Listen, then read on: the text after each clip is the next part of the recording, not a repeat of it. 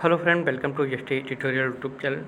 Friends, हम लोग civics revision class का 63वां पार्ट देखेंगे, जो आपकी टीजीटी, पीजीटी, जीएससी, प्रवक्ता परीक्षा, एलटी ग्रेड सभी एग्जाम के लिए काफ़ी महत्वपूर्ण है। इसके पहले का पार्ट आप लोग प्लेलिस्ट में देख सकते हैं, जो आपके एग्जाम के जैसे सारे प्रैक्टिस सेट को तैयार किए गए हैं। तो वीडियो को अंत तक जरूर देखिएगा। अगर वीडियो अच्छा लगे तो चैनल को सब्सक्राइब कर लीजिएगा, लाइक कीजिएगा, दोस्तों में शेयर भी कर दीजिएगा, बेल आइकन पर प्रेस कर लीजिएगा ताकि आने वाली वीडियो का नोटिफिकेशन आप सभी को मिल सके सबसे पहले। तो चलिए प्रश्न को शुरू करते हैं। आज का पहला प्रश्न है, माओ के अनुसार मार्क्सवादी क्रांति में कृषकों की भूमिका क्या होगी।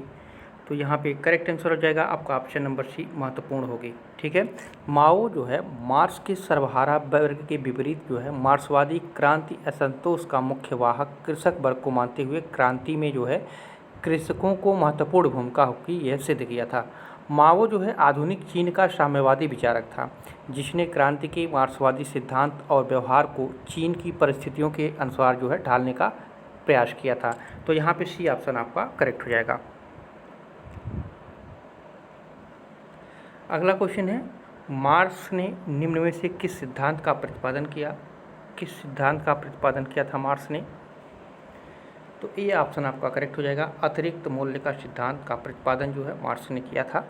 अतिरिक्त मूल्य का सिद्धांत यह एक आर्थिक सिद्धांत है जो कार्ल मार्क्स द्वारा जो है दिया गया है। उसके अनुसार केवल श्रम ही ऐसा तत्व है जो समाज के लिए मूल्य का सृजन करता है, जिसके अंतर्गत वर्ग संघर्ष का एक तार्किक आधार देते हुए कि परंपरागत उत्पादन में भूमि पूंजी संगठन को नकारते हुए केवल श्रम को महत्व दिया है। वह कहता है कि किसी वस्तु का मूल्य इसलिए होता है कि वह सामाजिक श्रम की परिणत है।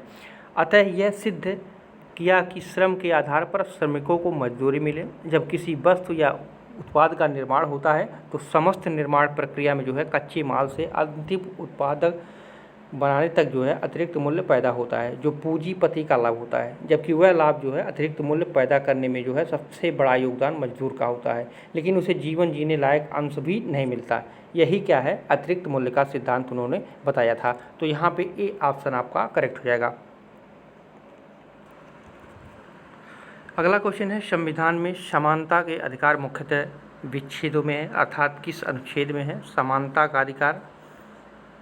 तो अनुच्छेद 14 से लेकर के जो है 18 तक ये क्या है, समानता का अधिकार है। भारतीय संविधान के अनुसार जो है भारतीय नागरिकों को 6 मौलिक अधिकारों के रूप में जो है समता समानता का अधिकार जो मिला है, मौलिक अधिकार के रूप में मिला है। और जो समता का अधिकार है वो 14 से लेकर के जो है 18 तक प्राप्त है, जो न्यायालय में वाद योग्य है। ठीक है, ए ऑप्शन आपका सही हो जाएगा।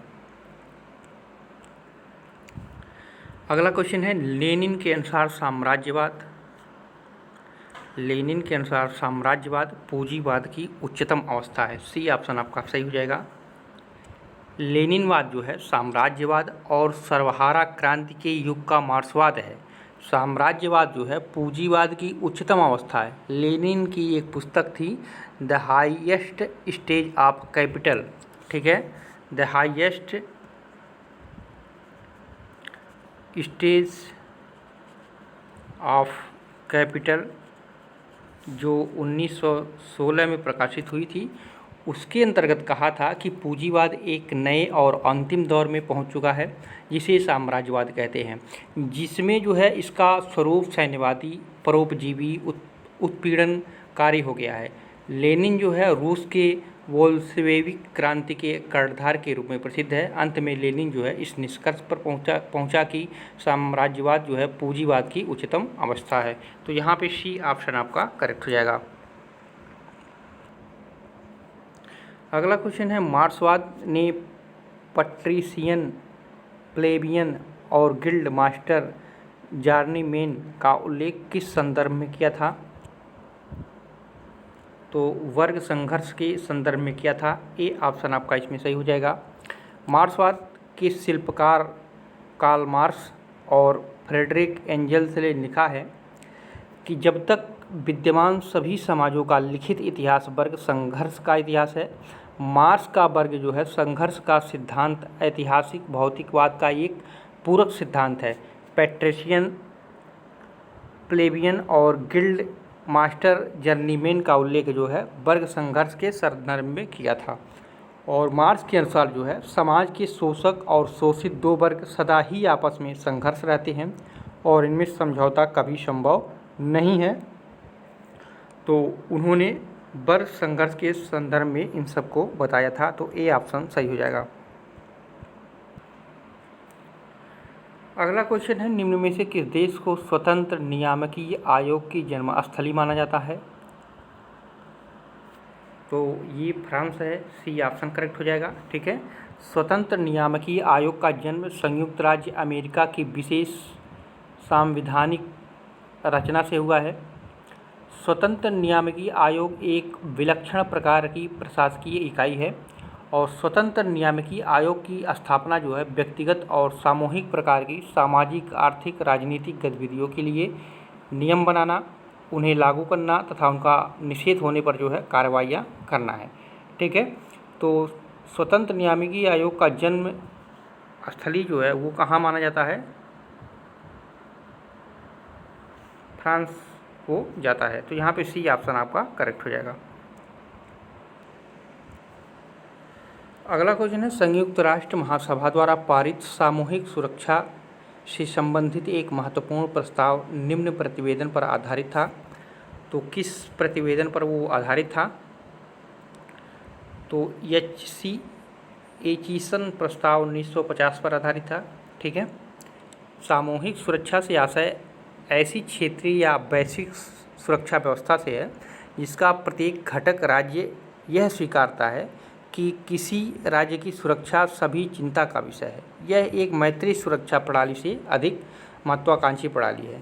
सन 1950 में जो है उत्तर कोरिया का दक्षिण कोरिया के आक्रमण के पश्चात जो है सन 1950 में एचिसन प्रस्ताव 1950 में संयुक्त राष्ट्र महासभा द्वारा सामूहिक सुरक्षा से संबंधित एक महत्वपूर्ण जो है प्रस्ताव पास किया गया था।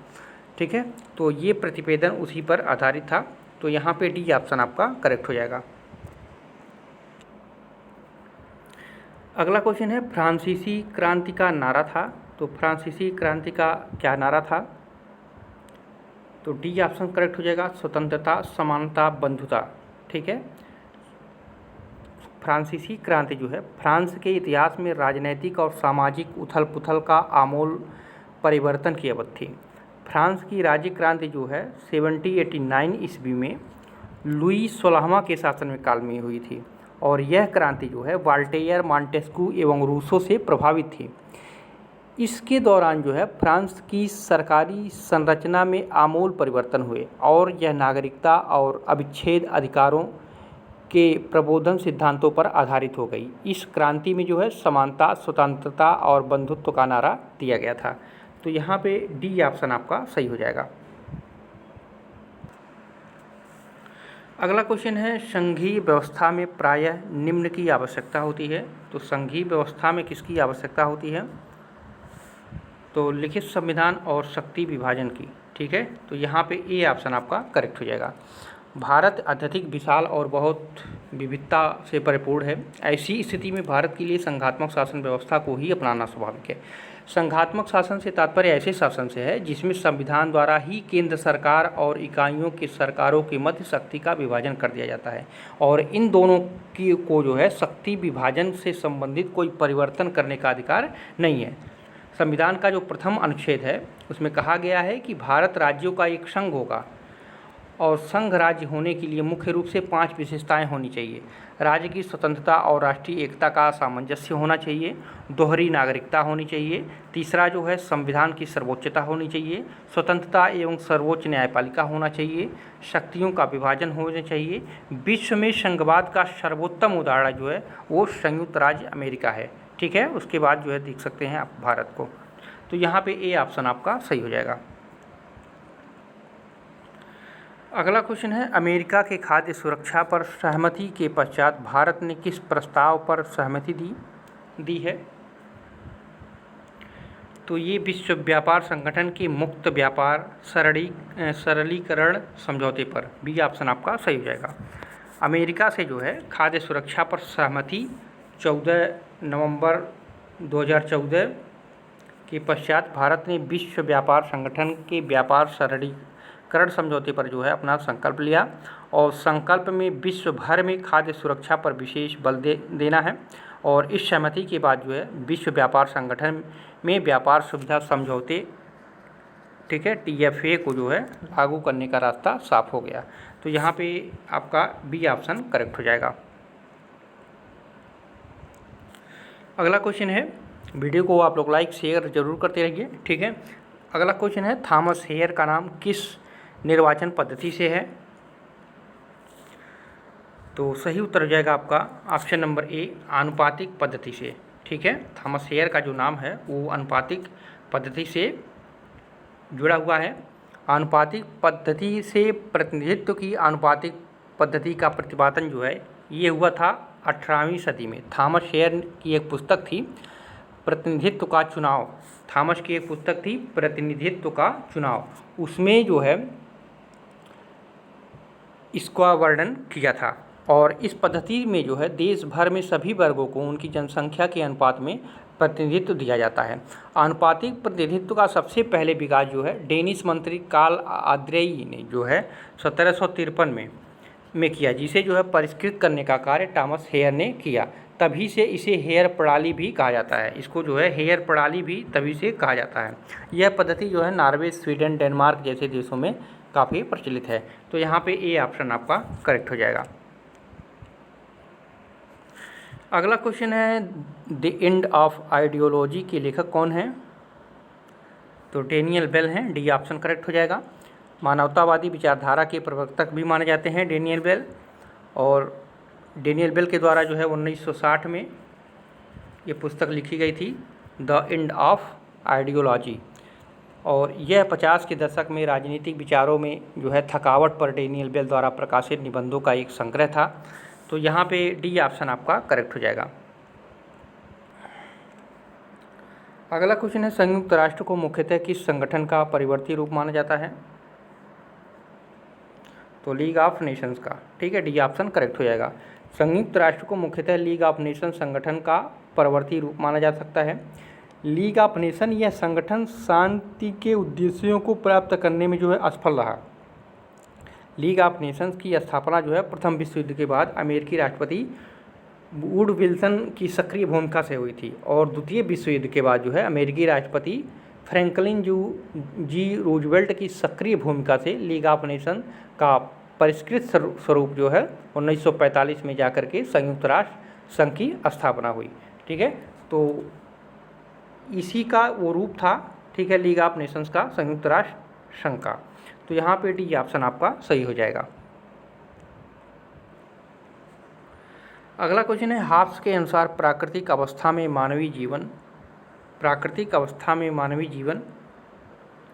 एकांकी, निर्धन, निंदनीय, अल्पकालिक था, ठीक है। ए ऑप्शन आपका करेक्ट हो जाए। एकांकी, निर्धन, निंदनीय, अकाल्पनिक था, अल्पकालिक था, ठीक है। हाब्स जो है अंग्रेज विचारक था, अंग्रेज राजनीतिक विचारक था, और थॉमस हाब्स जो है 17वीं 18वीं शताब्दी का जो है सामाजिक समझौता का सिद्धांत के प्रतिपादकों में से एक माना जाता है। यह जो है सामाजिक समझौते सिद्धांत का वर्णन करते हुए मानव के प्रारंभिक प्राकृतिक जीवन के बारे में बोलता है कि प्राकृतिक अवस्था में मनुष्य स्वार्थी और निर्मम था, उसका जीवन निर्धन, एकांकी, निंदनीय था। हाब्स के समय में जो है इंग्लैंड संक्रमणकालीन अवस्था से गुजर रहा था, जिसका काफ़ी प्रभाव जो है हाब्स के राजनीतिक तथा सामाजिक जीवन पर पड़ा था। तो यहाँ पे ए ऑप्शन आपका सही हो जाएगा। अगला क्वेश्चन है, इनमें से कौन सी अवधारणा मैक्स वेबर ने दी है? मैक्स वेबर ने दी है कौन सी अवधारणा?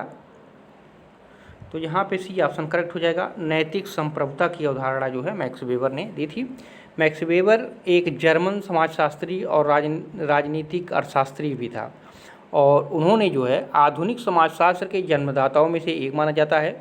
वेबर ने प्रभुत्व के 3 प्रकार माने हैं, पारंपरिक प्रभुत्व, श्रद्धा पर आधारित प्रभुत्व और वैधानिक प्रभुत्व। वेबर का मानना है कि विधिक सत्ता यदि नैतिक है तो वह प्रभुत्व स्वीकार्य है। उसे नौकरशाही को प्रशासन की तर्कपूर्ण व्यवस्था कहा था, ठीक है। तो यहाँ पे सी ऑप्शन करेक्ट हो जाएगा।